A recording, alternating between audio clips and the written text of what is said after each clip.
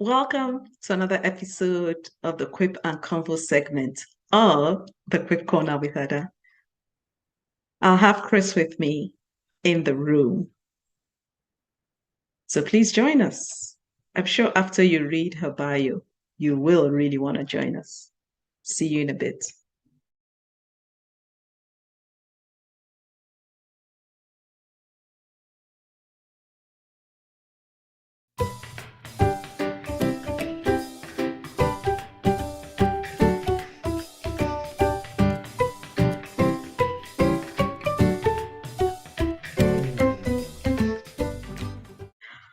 Welcome back to the Quip and Convo segment of Quip Corner with Ada. Chris.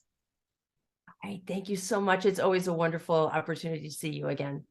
Likewise.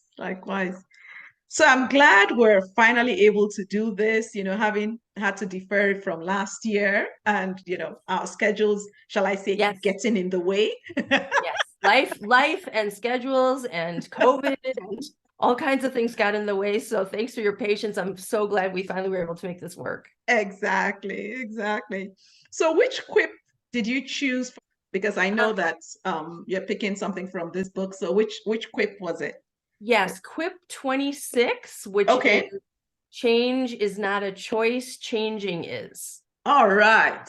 It's a little bit of a tongue twister. Change is not a choice, changing is. But that's what I want to talk about today. Okay, so have a go at it, please. Well, I say this to you every time you and I get together, but this is so perfect for right now, as so many of your quips are. But I feel like probably anyone watching this, there are examples all around to remind us how true this statement is. Yeah. Right. And so there's a quote I want to start with that we're all familiar with, and that is that the only thing constant is change. You've probably heard that. Yep. And now, we could get into a debate about if there's other, things that are constant. But it's certainly true that for every human being, change is a reality. Yes. Simple things like we age, our children grow up, the seasons change, and the world around us changes in many, many ways. And that's a reality that, consciously or unconsciously, when we come into this world, it is something that we realize, and particularly as we make choices in our life, that change is, going to be an element of our life. And the biggest challenge is that we don't always have a choice of what the type of changes are, and we don't always have a choice on what the timing of those changes are in our lives and in the world around us. And if you think about it, I mean, what better example is there than the last 3 years of our life, right? The last 3 years have brought so much change. From the fact that for many of us, our priorities and our perspectives changed on our lives and the way we live our lives, and our jobs changed. How we do our jobs changed. There's so many things about our lives that change really permanently. And I don't think we always give ourselves enough credit for the fact that we have integrated a lot of change in the last 3 years. And so when people say, I don't like change or I'm afraid of change, let's give ourselves a pat on the back for how much change we've come through.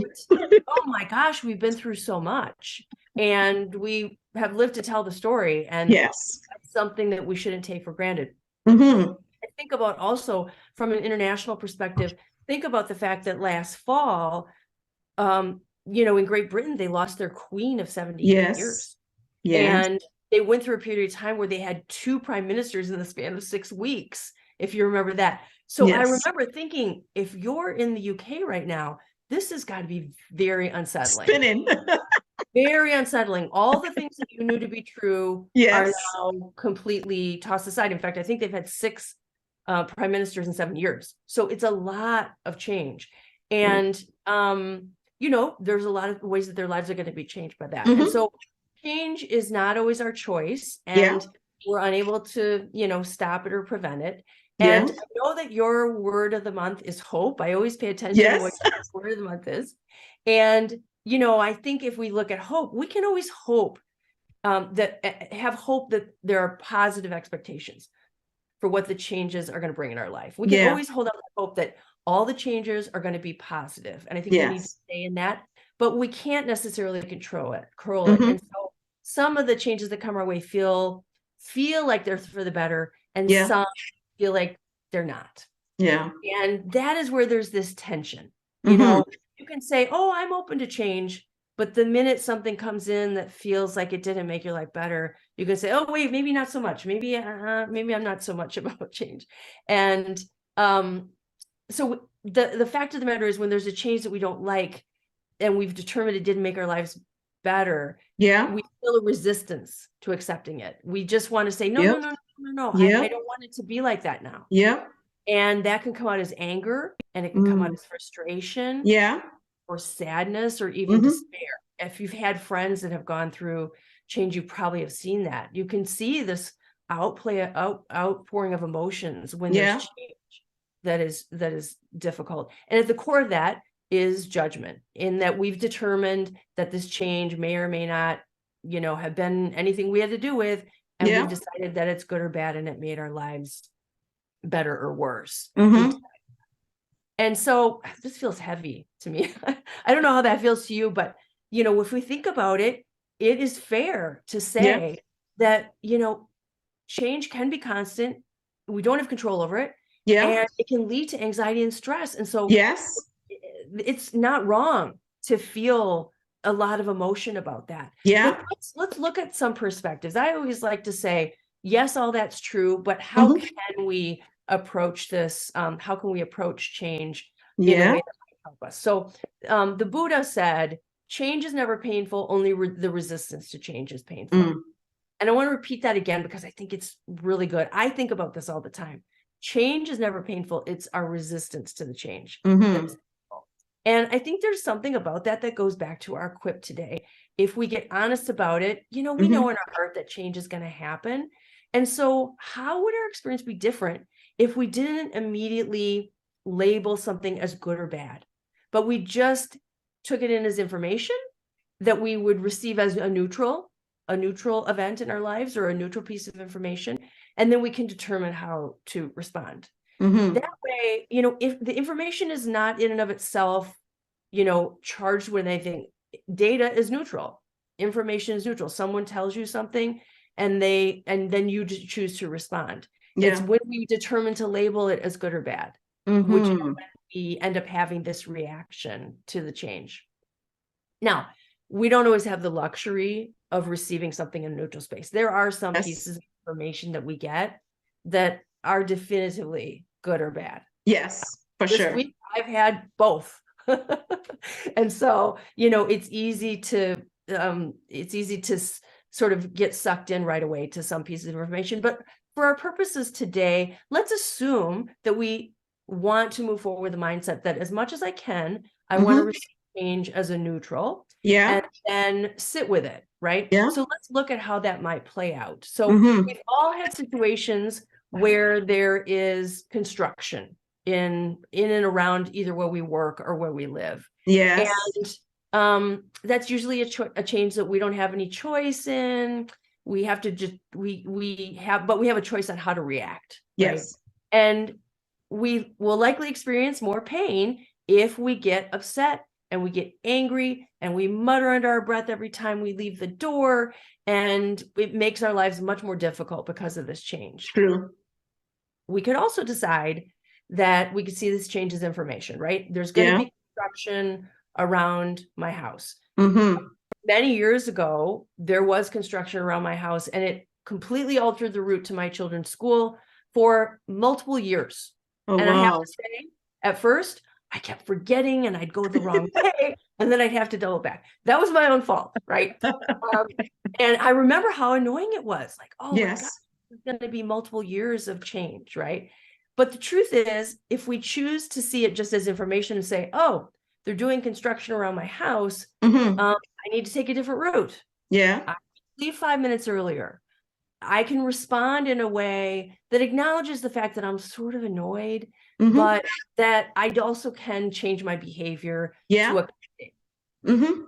We know in the end that construction is going to probably lead to a nicer road, a smoother road, maybe a nicer ride to your work or going home. And we can make the choice to respond by altering our plans rather than having these intense emotions and feeling unhappy every single time you get in your car. Yeah. That's like self-torture. Yes. I And agree. so, Yeah. again, I'm not pretending you have to love it. It Mm-hmm. can be an annoyance, but you can moderate that emotion Yeah. and decide to manage that pain by Mm-hmm. modifying your behavior to accommodate. Have you Yeah. been through something like that where you had to change your Well, route or something? well, yes. And to your point about construction around your house, in the past couple of years, they constructed a new road, and it was shorter. It seemed further, but Oh, it was shorter because the speed limit is higher, uh-huh. you Oh, know? okay. Yeah, But of course, for the first few times, I'd of course go on my regular route but the minute you recognize and accept that the change is helping you versus, oh, why did they shut off this road so that I can't go the way I used to? You are yeah, more in almost like more in control. yeah. Whilst, like you said, we can't always control the change, but we can control our response to it and Right. almost be proactive. Yeah, And then yeah, that even lowers our stress level. yeah. It's empowering when you see this. Yes. Okay. When you see that I'm not a victim who has to be angry every day, right? Yes. I can decide to say, oh, okay, this is something that's changing. I'm going to be temporarily inconvenienced. That's Mm-hmm. annoying, but this is not personal. This was not done, At specifically to me. make my life more Yeah, difficult. exactly. No one picked me out to say, what can I Right. do to make Ada upset? Right. Exactly. Exactly. Sometimes it feels that way, but it's not. And so if we can stay in this neutral space and say, okay, how can I deal with that? So, Yeah. one of the other hardest circumstances I've seen people, create pain for themselves is when they've somehow glorified or romanticized something in the past, and Yes. then they're upset that things are different now, and they're sort of stuck in this Mm-hmm. frustration that things are Yeah. different. Uh-huh. And so I was recently with a person who's in a generation older than myself, and Yeah. we were having a conversation, and this person was speaking about how much better it was when people would get one job and then stay at it their whole Cradle career, to grave. right?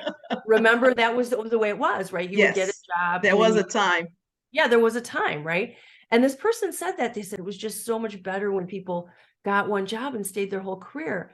And I had an interesting response to that because my immediate thought was, well, is it better? I mean, was it better? Yeah, I, yeah, I yeah. think I think it certainly, for someone who is opposed to change, it was better Yeah. because The there stability. wasn't there wasn't Mhm. change. You went to the same job every day. Yeah. But I think the question is to decide that was better is a judgment. And Hmm. I think it's more neutral to say, well, it was different and Yeah. it was fitting at that time, right? Yes. I think there's a personal decision to judge it as better. I think it was more just different. Yeah. And, honestly, right, the workforce of today is really not necessarily designed to be that way. Hmm. Businesses change and businesses reorganize, or Yeah. they go out of business, unfortunately. And so, it's much more common and Hmm. uh, I would say more to be expected that Yeah. you would have change in your career. That could mean changing companies, that could mean changing jobs within a company. But the speed of technology change and our digital driven world means that there's really no way to compare it. And so I felt badly that there was pain from romanticizing something from the past Yeah. and deciding that was better, when the truth is it's not going to be that way Hmm. generally anymore. Hmm. And so deciding that, yes, it's different, and yes, there was change, but there's opportunity in the way things are done now, right? Yes. Yeah. Seeing the change as a positive can Hmm. also be a choice rather than Yes. necessarily seeing it as a negative. So when we cling to memories like this, it's hard, and it's better if we acknowledge that there's going to be small or big changes that are going to come. And if we don't resist the change, and we see it as an opportunity, that's a way for us to lower the pain. The pain is in the resistance. And if we say, the farther I've gotten in my career and the older I've gotten, the more I realize if I see change and can have my brain conditioned to say, well, what's the opportunity in that? So how can I ease into that the most gracefully I can? It makes things so much easier. It sure does. I'm not saying that will come easy, but you can train your mind to think that way. And rather than having a reflexive reaction to say, oh my God, change, but to say, interesting, things are going to be different. Yeah. How can I make the most of that? How can I adapt to that? Yeah. That can make things so much easier. Yeah. And, that's the thing about it. It's back to the proactivity, right? Yeah. Because recognizing that change, the thing about change is even if a person lived under a rock, there would also be change there. Right. Erosion. The soil will change. Different things will change. So, to your point, we can ease ourselves of that pain by recognizing, okay, things will be different. And different could be good, different could be bad. But when you agree as a baseline, things could be different, then you are preparing yourself to be, to better utilize what comes your way. As an example, when people say, oh, well, in the good old days, cradle to grave jobs and things like that. How many of those people in that generation sometimes look back and say, oh, I wish we now don't have mobile phones. I wish we now don't have video so that I can Skype or Zoom or whatever with my grandchildren, So it's almost like we need to recognize that change, yes, there are pockets of change, but it's also wholesale. Right. Well, and I think about sometimes the reason they didn't change a job, Ada, was because there weren't other jobs, or they were afraid to leave their jobs. Yes. And I don't want anyone to exist like that. That's no way to exist either. So assuming that was all done by choice, like, yes, I want to stay in this job for 30 years, is potentially misrepresenting the situation. My guess is it was more like they were afraid to leave, or there weren't other jobs available. And that, I can't imagine that we would ever say that that's better. No. I mean, honestly, my favorite example also is when I first worked in corporate, I had to wear a suit and pantyhose and heels. And I'm guessing, Ada, that you had to do that at some point. Okay. And, that's much less common now, thank goodness. But the last thing I would do is glorify that. Well, back in the day, I got to put on a suit, pantyhose and heels. And the truth is, this is exactly an opportunity to say, I'm so glad my daughter. That's gone. I'm glad that's gone. That's a change for the better. Yes. Right. Yeah. And like I said, I think about all of the ways that that workplaces have changed. In that, I was at a conference recently, and there were about 400 people there. And the person on the dais, this was like maybe October, so it was maybe about 3 months ago. And the person said, well, how many of you are in an office 5 days a week? One person raised their hand. He said, how many are 4 days a week? Maybe 10% did. And the rest all said they were 2 to 3 days a week. Now, again, that might be changing now, but at that dinner that night, I said to the people I was sitting with, talk to me about that, because you're all in these big offices. And they said, oh my gosh, it's just so much more humane. Because if I can, respond to what my family's needs are and say, I'm going to work these 3 days, or, hey, I need to leave early today, but I'm going to, come in longer because I've got to take my mom to the doctor or something. It's just so much more humane. And so again, glorifying things from the past can create this assignment of better that I'm not sure is always accurate. And I choose to see some of these things that have happened in the workplace as a positive and as an opportunity with all that has happened in the last 3 years. Agreed. So, yes. Yeah. And so that's one of my hopes for our conversation today, is that people can see that change can be an opportunity, and that changing in response to some of the new dynamics in your life can lead to personal growth and changes in your work and the type of work you do that can actually be a long-term positive. You can choose, or you can choose to be angry and frustrated with change, but it's more painful, it's less graceful. Again, I'm not saying you shouldn't authentically be angry or frustrated, but move through that as quickly as you can. Exactly. And choose to focus on the opportunity. Agreed. And I'll mention one book. Oftentimes I like to refer books. This is a business classic, but have you read the book Who Moved My Cheese? I love that book. I have a copy. It's a classic. It is a beautiful book. It's a classic, right? And it's a quick read for any of you who are interested. Yes. But it's about this community of mice, and every day the cheese has been delivered to the same door every day, year after year. And one day they go and the cheese isn't there. And they have to decide, do they sit and wait for the cheese to come back? Because that was how it was for a long time. And I really liked it that way. Or do they say, something has changed and I need to respond to that.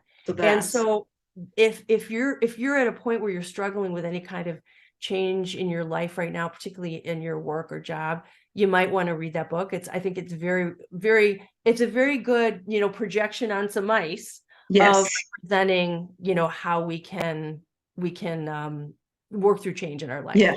So our quip was, change is not a choice, changing is. And so if a big change is something you're facing, this might be one of those quips, honestly, to put on a Post-it note in your bathroom, because it's a really great reminder every day to get your mindset around choosing to see opportunity. And it can really be one of the best gifts you can give yourself to embrace that mindset.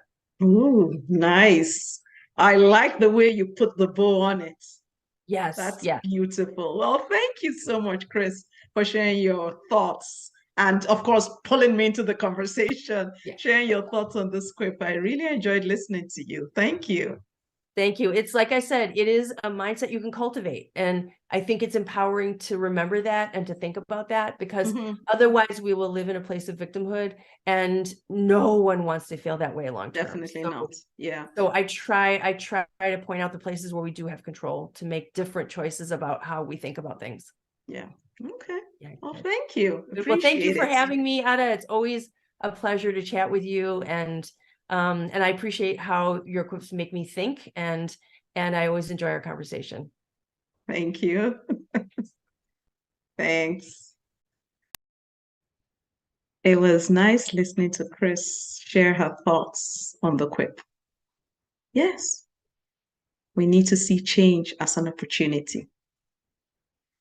It'll be interesting to read your comments to this video and how you have changed your mindset, or maybe refuse to change your mindset about change. I look forward to reading from you, and you take care. Bye now. See you.